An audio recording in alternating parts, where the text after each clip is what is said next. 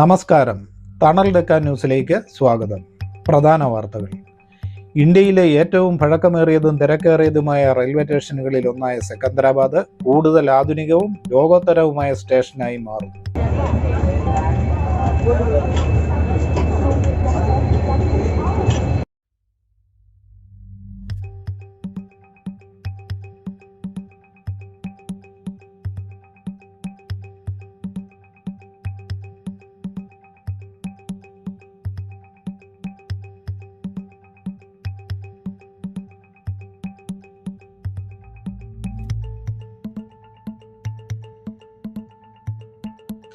Christmas new year ആഘോഷങ്ങളുടെ ഭാഗമായി ഹൈദരാബാദിലെ തണൽ മലയാളി സേവാ സമിതി സിദ്ദിപ്പട്ടിലേക്ക് സംഘടിപ്പിച്ച ടൂറിൽ അനേകം കുടുംബങ്ങൾ പങ്കെടുത്തു.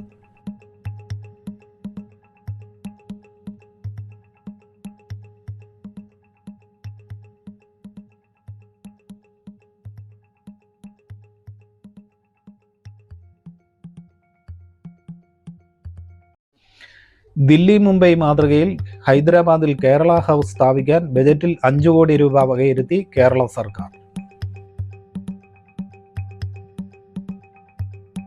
സെക്കന്ദരാബാദിനടുത്തുള്ള ചെർളപ്പള്ളി റെയിൽവേ സ്റ്റേഷന്റെ പുതിയ ടെർമിനൽ ജനുവരി 6-ന് പ്രധാനമന്ത്രി ശ്രീ നരേന്ദ്രമോദി ഉദ്ഘാടനം ചെയ്തു.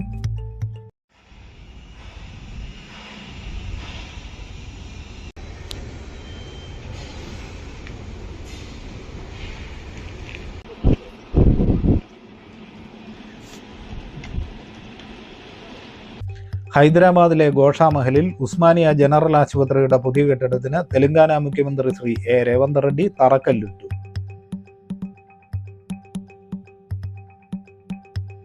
ഹൈദരാബാദിലെ നാഗോളിനെയും രാജീവ് ഗാന്ധി അന്താരാഷ്ട്ര വിമാനത്താവളത്തെയും തമ്മിൽ ബന്ധിപ്പിക്കുന്ന മെട്രോ ലൈനിന്റെ നിർദ്ദിഷ്ട റൂട്ട് പുറത്തിറക്കി.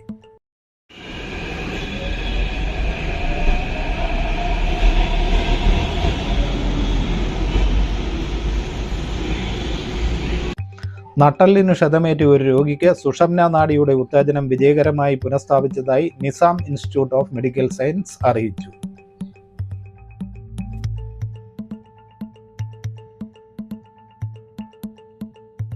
വാർത്തകൾ വിശദമായി.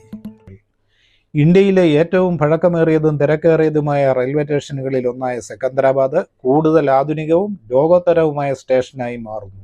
700 കോടി രൂപ ചിലവിട്ട് നടത്തിവരുന്ന നവീകരണ പ്രവർത്തനങ്ങൾ 2026 പൂർത്തിയാകുമെന്ന് പ്രതീക്ഷിക്കുന്നതായി റെയിൽവേ സഹമന്ത്രി രവനീത് സിംഗ് പറഞ്ഞു. റെയിൽവേ ജനറൽ മാനേജർ അരുൺകുമാർ ജെയിനോടും മുതിർന്ന മറ്റ് ഉദ്യോഗസ്ഥർക്കുമൊപ്പം സ്റ്റേഷൻ സന്ദർശിച്ച് നവീകരണ പ്രവർത്തനങ്ങൾ വിലയിരുത്തുകയായിരുന്നു മന്ത്രി.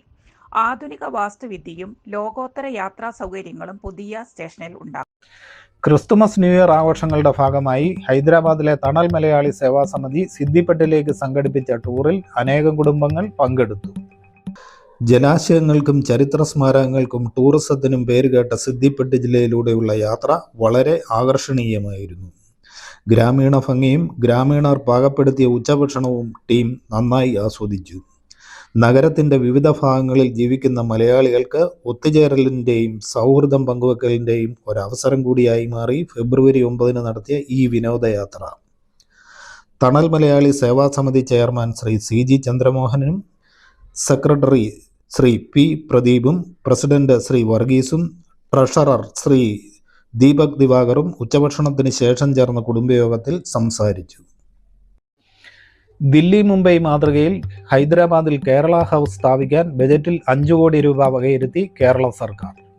സർക്കാർ തീരുമാനത്തെ ലോക കേരള സഭാംഗവും മലയാളം മിഷൻ തെലങ്കാന ചാപ്റ്റർ പ്രസിഡന്റും തണൽ മലയാളി സേവാ സമിതി സെക്രട്ടറിയുമായ ശ്രീ പ്രദീപ് പൊന്നൻ സ്വാഗതം ചെയ്തു. Confederation of Telugu region Malayali അസോസിയേഷന്റെ ശ്രമഫലമായി വർഷങ്ങൾക്ക് മുമ്പ് തെലങ്കാന സർക്കാരിൽ നിന്ന് 1 ഏക്കർ ഭൂമി അനുവദിച്ചു കിട്ടിയിരുന്നു. ഈ ഭൂമിയിൽ കേരള ഭവൻ പണിയുന്നതിനായി CTRMAയുടെ പ്രവർത്തകരായ ശ്രീ ലിബി ബെഞ്ചമിൻ, ശ്രീ പ്രദീപ് പൊന്നൻ, ശ്രീ KD ഉദയൻ, ശ്രീ സാബു രാമകൃഷ്ണൻ തുടങ്ങിയവർ നടത്തിയ നിരന്തര പ്രവർത്തനത്തിന്റെ ഫലമായാണ് ഇപ്പോൾ ബഡ്ജറ്റിൽ കേരള ഭവനുള്ള തുക വകയിരുത്തിയിട്ടുള്ളത്. സെക്കന്ദരാബാദിനടുത്തുള്ള ചെർളപ്പള്ളി റെയിൽവേ സ്റ്റേഷന്റെ പുതിയ ടെർമിനൽ ജനുവരി 6-ന് പ്രധാനമന്ത്രി ശ്രീ നരേന്ദ്രമോദി ഉദ്ഘാടനം ചെയ്തു. 413 കോടി രൂപ ചെലവിൽ വികസിപ്പിച്ചെടുത്ത പുതിയ ടെർമിനലിൽ ആധുനിക സൗകര്യങ്ങളേറെയാണ്. ഡൽഹി, വിശാഖപട്ടണം, ചെന്നൈ, കൊൽക്കത്ത തുടങ്ങിയ സ്ഥലങ്ങളിലേക്കുള്ള ട്രെയിനുകൾ പുതിയ ടെർമിനലിൽ നിന്ന് ഇനിമേൽ സർവീസ് നടത്തും. തന്മൂലം സെക്കന്ദരാബാദ്, ഹൈദരാബാദ്, കാച്ചിഗുഡ സ്റ്റേഷനുകളിലെ തിരക്ക് കുറയും. ഗവർണർ ജിഷ്ണുദേവ് വർമ്മ, കേന്ദ്രമന്ത്രിമാരായ ജി കിഷൻ റെഡ്ഡി, ബന്ദി സഞ്ജയ് കുമാർ, സംസ്ഥാന IT ആൻഡ് വ്യവസായ വകുപ്പ് മന്ത്രി D Sridhar Babu, BJP MP എട്ടാല Rajendar തുടങ്ങിയവർ ചടങ്ങിൽ പങ്കെടുത്തു. മുഖ്യമന്ത്രി രേവന്ത് റെഡ്ഡി വീഡിയോ കോൺഫറൻസിലൂടെയാണ് പങ്കെടുത്തത്. ഹൈദരാബാദിലെ നാഗോളിനെയും രാജീവ് ഗാന്ധി അന്താരാഷ്ട്ര വിമാനത്താവളത്തെയും തമ്മിൽ ബന്ധിപ്പിക്കുന്ന മെട്രോ ലൈനിന്റെ നിർദ്ദിഷ്ട റൂട്ട് പുറത്തിറക്കി. Nagole X road, Alkapuri junction, Kamineni hospital, LB Nagar, Bairamalguda, Maitri Nagar, Karmanghat, Champapet road, Owaisi hospital, DRDO Kanchanbagh, Balapur road, Chandrayangutta, Bandlaguda, Mailardev pally, Katedan, Aramghar, new high court, Gagan Pahad, Satamrai, Siddhanti, Shamshabad cargo, Rajiv Gandhi international airport തുടങ്ങിയവയായിരിക്കും സ്റ്റേഷനുകൾ. എന്നിരുന്നാലും സ്റ്റേഷനുകളുടെ എണ്ണം, സ്ഥാനങ്ങൾ, പേരുകൾ എന്നിവ താൽക്കാലികമാണെന്ന് HMRL വ്യക്തമാക്കി. ഹൈദരാബാദിലെ ഗോഷാമഹലിൽ ഉസ്മാനിയ ജനറൽ ആശുപത്രിയുടെ പുതിയ കെട്ടിടത്തിന് തെലങ്കാന മുഖ്യമന്ത്രി ശ്രീ രേവന്ത് റെഡ്ഡി തറക്കല്ലിട്ടു. 1908 മൂസി വെള്ളപ്പൊക്കത്തിന് ശേഷം തുടങ്ങിയ ഉസ്മാനിയ ആശുപത്രി ഹൈദരാബാദ് സ്റ്റേറ്റിന്റെ അവസാന നിസാമായിരുന്ന മിർ ഉസ്മാൻ അലി ഖാൻ നിർമ്മിച്ചതാണ്. ബ്രിട്ടീഷ് വാസ്തുശില്പിയായ വിൻസെന്റ് ജെറോം എസ്റ്റും നവാബ് ഖാൻ ബഹാദൂർ മിർസ അക്ബർ ബേഗും ചേർന്ന് ഇൻഡോ സാർസനിക് ശൈലിയിൽ രൂപകൽപ്പന ചെയ്ത് നിർമ്മിച്ചതായിരുന്നു ഈ ആശുപത്രി കെട്ടിടം. അക്കാലത്ത് ഇതിന്റെ താഴികക്കുടങ്ങൾ ഹൈദരാബാദിന്റെ മനോഹാരിത വർദ്ധിപ്പിച്ചതായി ഹെറിറ്റേജ് വിദഗ്ധർ പറയുന്നു. ജനങ്ങളുടെ വർദ്ധിച്ചു വരുന്ന ആവശ്യങ്ങൾക്ക് നിലവിലുള്ള സൗകര്യങ്ങൾ പര്യാപ്തമല്ലാത്ത സാഹചര്യത്തിലാണ് പുതിയ ആശുപത്രിക്ക് തറക്കല്ലിട്ടത്. നട്ടെല്ലിന് ക്ഷതമേറ്റ ഒരു രോഗിക്ക് സുഷുമ്ന നാഡിയുടെ ഉത്തേജനം വിജയകരമായി പുനഃസ്ഥാപിച്ചതായി Nizam institute of medical science അറിയിച്ചു. തെലങ്കാനയിലെ ഒരു സർക്കാർ ആശുപത്രിയിൽ ഇതാദ്യമായാണ് ഒരു രോഗിയിൽ സുഷുമ്ന നാഡി ഉത്തേജിപ്പിക്കുന്ന സംവിധാനം ഏർപ്പെടുത്തുന്നത്. 2.5 വർഷം മുൻപാണ് ആശുപത്രി ജീവനക്കാരനായ ഈ രോഗിക്ക് റോഡപകടത്തിൽ പരിക്കേറ്റത്.